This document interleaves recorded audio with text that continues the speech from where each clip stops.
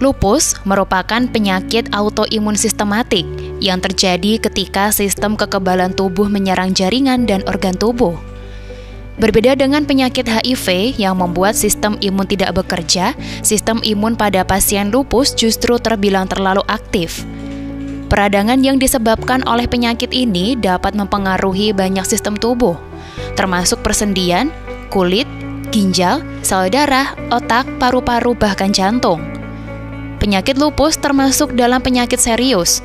Bahkan penyakit ini sulit didiagnosis karena gejalanya yang kerap menyerupai penyakit lain. Dwi Mulyani adalah orang tua Yuli Setianingsih yang telah mengidap lupus sejak Mei 2017. Awalnya Yuli mengalami penyakit skabies akut atau penyakit kulit serta epilepsi. Setelah selama 8 bulan menjalani pengobatan, Yuli pun terdeteksi mengidap penyakit lupus. Sementara Titin Mulyani adalah orang tua Makfira yang awalnya menderita pembengkakan kaki pada 2015 dan diikuti demam berkelanjutan. Awalnya Makfira didiagnosis rheumatoid arthritis, sebuah penyakit peradangan sendi. Setelah mengikuti tes kesehatan selanjutnya, Makfira pun didiagnosis SLE berat atau penyakit lupus berat. Iya, jadi begitu timbul ruam merah dan demam yang berkepanjangan sama sariawan kan sudah termasuk untuk dicurigai SLE, makanya langsung anates. Setelah anates positif SLE. Setelah pas itu langsung protokol. Langsung masuk protokol. Bingung Mas, kalau untuk penyakit kanker gitu nggih, kita udah pernah dengar nggih, kalau lupus kan apa iki kan gitu nggih. Saya tiap hari kalau ada dokter masuk ke ruang, anak saya kan diisolasi. Saya itu nangis tiap ada dokter masuk, ya Allah dok, anak saya itu sakit apa? Kok begitu kompleks, kakinya bengkak, hasil labnya nggak bagus. Orang awam, orang desa kan nggak tahu nggih Mas. Terus, Bu, kita masih harus teliti lagi gitu. Terus sama dokter anates itu, ini Bu penyakitnya lupus. Ini penyakit apa dok?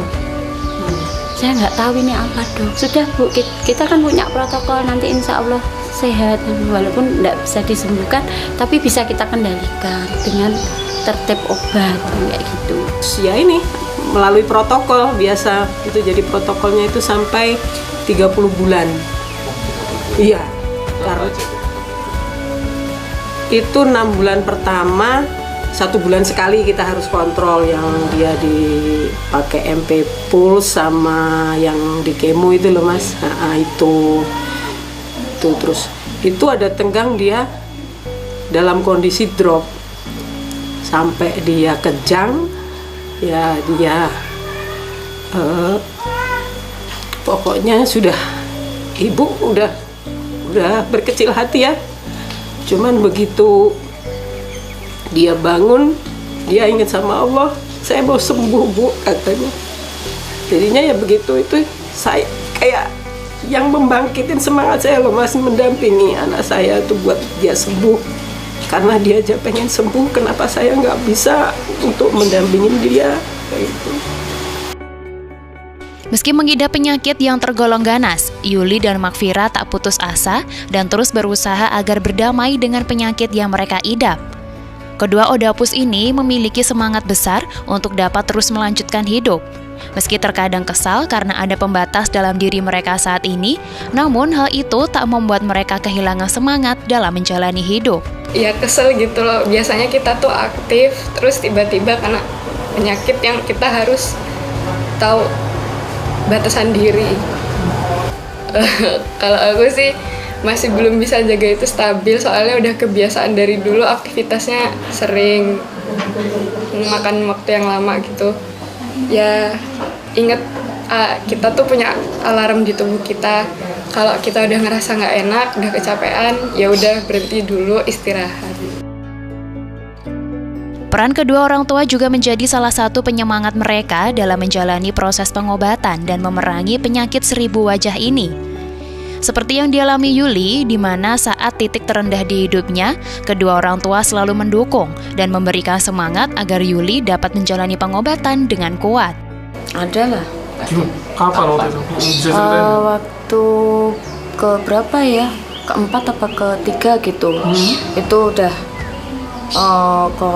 ke Sarjito terus, ke rumah sakit terus gitu kan, rasanya capek juga. Jadi ya udah deh, silahkan mau ambil aja gitu ya. Udah gitu aja sih. Sempat besit kepikiran kayak gitu ya? Terus yang nguatin Yuli akhirnya siapa? Yang akhirnya nguatin sampai sekarang itu gimana? Ibu terutama. Ayah pendiam, tapi ayah selalu kalau aku kenapa-napa, ayah yang selalu ada gitu. Kalau ibu yang lebih ke ke aktifnya. Kalau ayah itu seringnya ya kalau nemenin gitu. Penyakit lupus saat ini memang masih belum bisa ditemukan penyembuhnya. Namun dengan pengobatan dan pemeriksaan teratur, para Odapus dapat terus menjalani kehidupan mereka seperti biasa. Meski biaya pengobatan tak seluruhnya tercover oleh BPJS Kesehatan. Hal tersebut menjadi salah satu yang selalu diperjuangkan oleh para aktivis Odapus. Mereka berharap pemerintah dapat mengcover obat-obatan yang diperlukan oleh para Odapus secara penuh. Dari Sleman, Daerah Istimewa Yogyakarta, Arianda Ahmad, Adi TV.